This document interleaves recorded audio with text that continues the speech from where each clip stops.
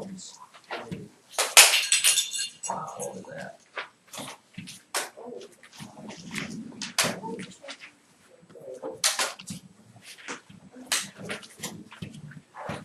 Word, ladies and gentlemen, problems. Very good at that. Maybe I should make that bigger, should I? Yeah, make it. That's not bigger, is it? Make it who? Very good. Now, the book that we use tries to get you to kind of understand some patterns that you see in problems. The little subheading here is addition and subtraction word problems.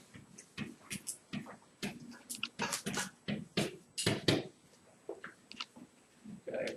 The book tries to get you to see some patterns here. The normal pattern we see is, let me pop it here. What are the three?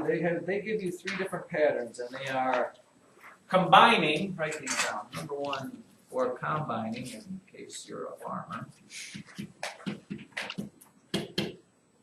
Combining. Is that how I spell combining? Mm-hmm.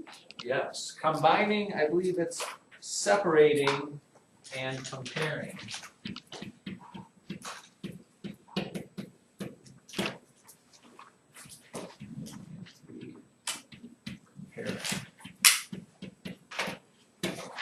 Now, maybe you can guess what operation gets used with each. When you combine certain things, let's say you have 5 boys and then you add 6 more boys, what type of problem do you suppose that is? Charles? Addition. Yeah, this is addition. When you separate some things, for example, let's say you have 40 marbles and you take away the red marbles, which Sam, do you suppose that is? Subtraction. And when you compare something, like let's say, how much older is Kate than her sister?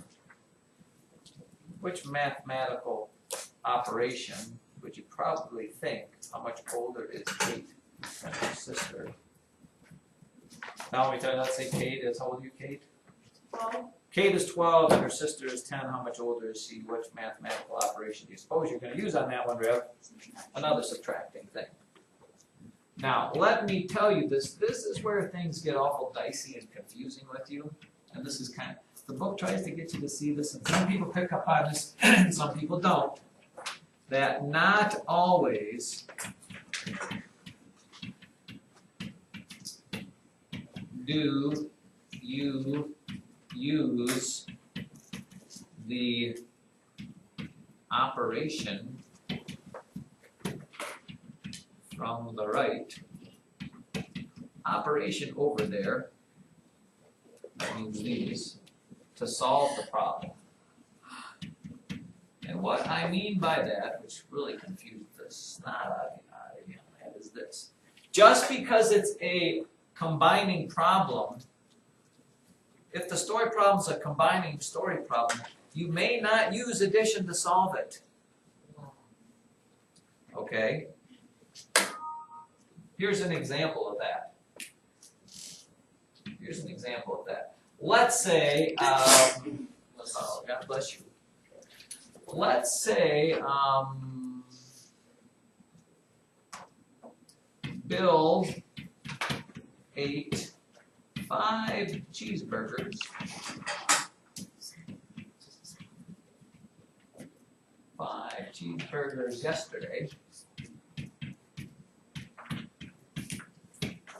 And 8 more today. Now, is that not a combining thing? Because you're combining what he ate yesterday and to what he ate today. All together, he ate 12 cheeseburgers. Maybe they're little White Castle ones. Because those are small, right? Yeah. Cheese, I don't know. It's been a long time since I've had that burger. How many did Sorry about my handwriting. I'm not in teacher mode yet. He eat yesterday. And the thing we're trying to get at with this, what I'm trying to tell you with that is this. And don't let it. You take the pattern that this problem sets up is this. You take. Oh wait, how many did he eat today? Sorry, that doesn't make any sense, right? The pattern you set up is this. You take how many cheeseburgers he ate yesterday. I'll just put a letter there. And you add, you're combining that with the cheeseburgers he ate today, and you get the total number of cheeseburgers, right? And yesterday we know he ate 5, he ate 5. Today we don't know how many he ate, but totally he ate 12. So what I was trying to tell you with this, and this is your aha moment of the day, the pattern we're using is a combining pattern, 5 plus total, or 5 plus today equals 12. But I don't use adding to solve that problem, do I? The answer to this is not 17. Correct? In this case here, to answer the problem, it is you have to do subtracting, because 5 plus what number is? There's the aha, did you hear it? And you get 7. Okay, it was a combining problem, but to solve it, you actually had to do adding. So don't get, just because the pattern says it that way, and I just don't want you to be confused when the book starts throwing some of these things at you, but it's good to think about that. Now you're going to ask me this question here. Oh great, we got one more. Do I have to do another one? Oh, no. Oh. All right, here's one. Here's one right here. Right, one more problem here. I'll go short. Mount V is 8,365 feet.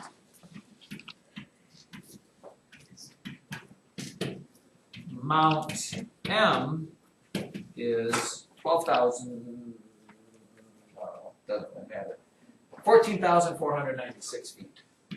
14,596 feet.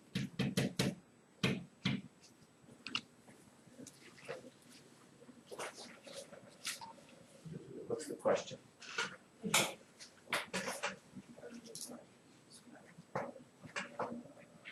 How much higher is Mount V?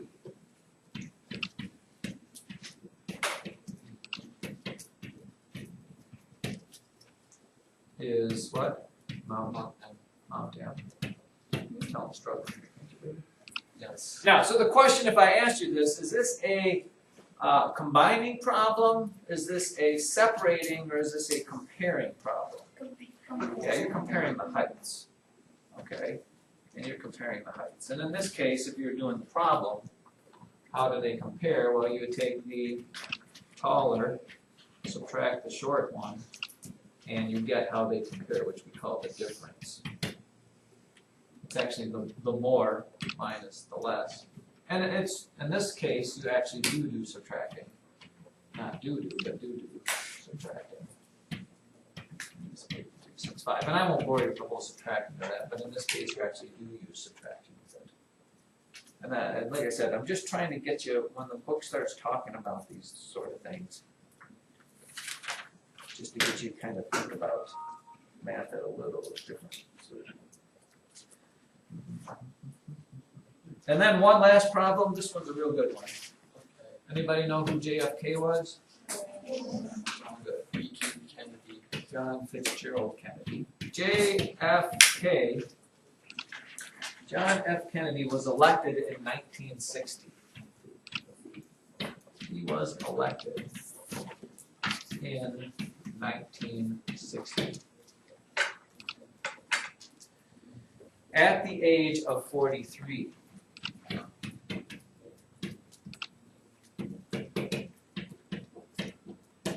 At the age of 43. What year was he born?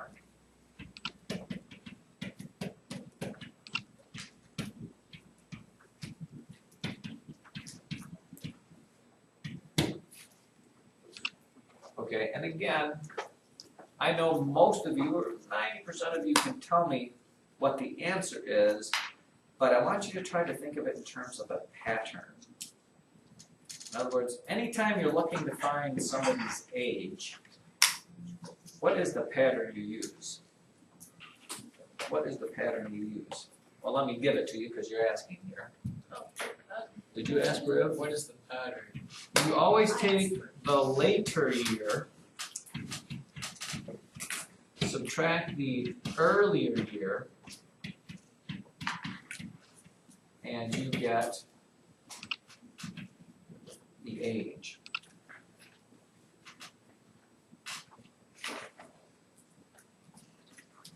In other words, I know we are in 1960. I have 1960. I want to know what year would I subtract from that to get me an age of 43. And if you go, do I add those numbers together or do I subtract them? And how do I know? Sam, even from days of 5th grade, when you had a missing number problem, what were you always supposed to do? Anybody? No. Do you remember this from back in the day, Kate? You're supposed to subtract? No, I don't want. I want to know how I know I subtract. Sometimes, just like I said before, just because it's a subtraction problem doesn't mean you will always subtract and find the answer. What is the surefire way, Ellie? Yeah, think of an easy subtraction problem, like 8 minus 6 is 2. If I were missing the middle part of this 6, what do I do with those two numbers to get 6? Subtract. So what am I going to do here? Subtract. Same thing. 1960 minus 43, and I end up with 1917. John F. Kennedy would be 102 years old if he were alive today. That would be old. That would be relatively old. All right, we're going to stop there.